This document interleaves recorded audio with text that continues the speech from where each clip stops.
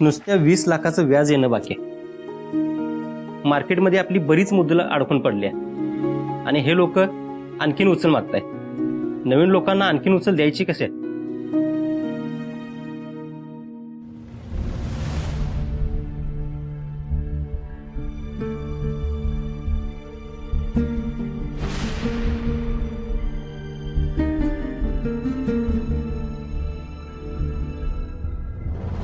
जा आपण नंतर बोलू. ठीक.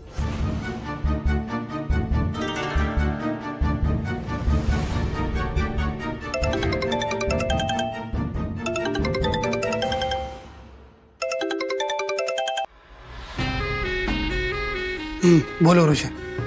हवं हिथं लई मोठा जोरदार धक्का बसलाय. तू आयुष्यात कधी हळू बोलणार आहेस का? हा, हे बघ इथं सुंदर आलंय, आपण नंतर बोलू. हवं त्याचबद्दल बोलायचं होतं. तुम्ही माझं जरा ऐकून घेणार आहे का नाही?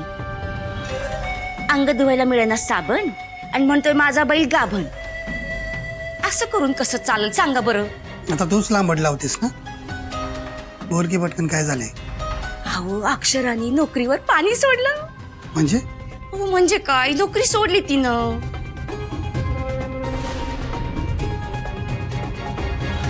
अरे वा, कसली भारी न्यूज दिलीस गुरुवशी. तरीच म्हटलं ह्यो सुंदर वीट भट्टीत तापवलेला विटासारखं तोंड घेऊन का आलाय? लईच रागात आलाय बघ. मग घ्या फायदा करून. अगं कसं आहे, सुंदरच्या मनात अक्षराबद्दलचा राग कमी होता कामा नाही. तुम्ही त्याला अजून वाढवत जा. हा, अजून भर घालत जा. या इतकी चालून आलेली संधी हातची जाता कामा नाही. आता तू बघच, ठेणगी ठेणगीनं कसा वानवा पेटवत होते. चल ठेव पण, लागतो कामाला. होय बाई ठेवा.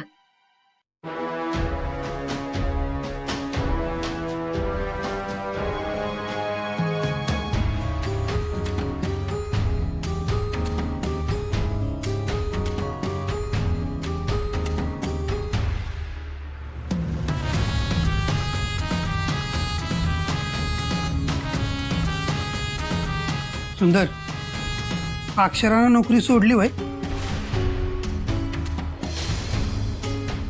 अरे नाही म्हणजे तुला माहित नव्हतंच वय ती नोकरी सोडणार आहे ती?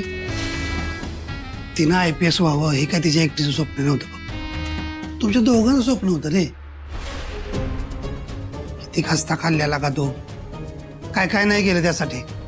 रात जागलास. तुझ्या मनाचा विचार करायला पाहिजे होता अक्षरा.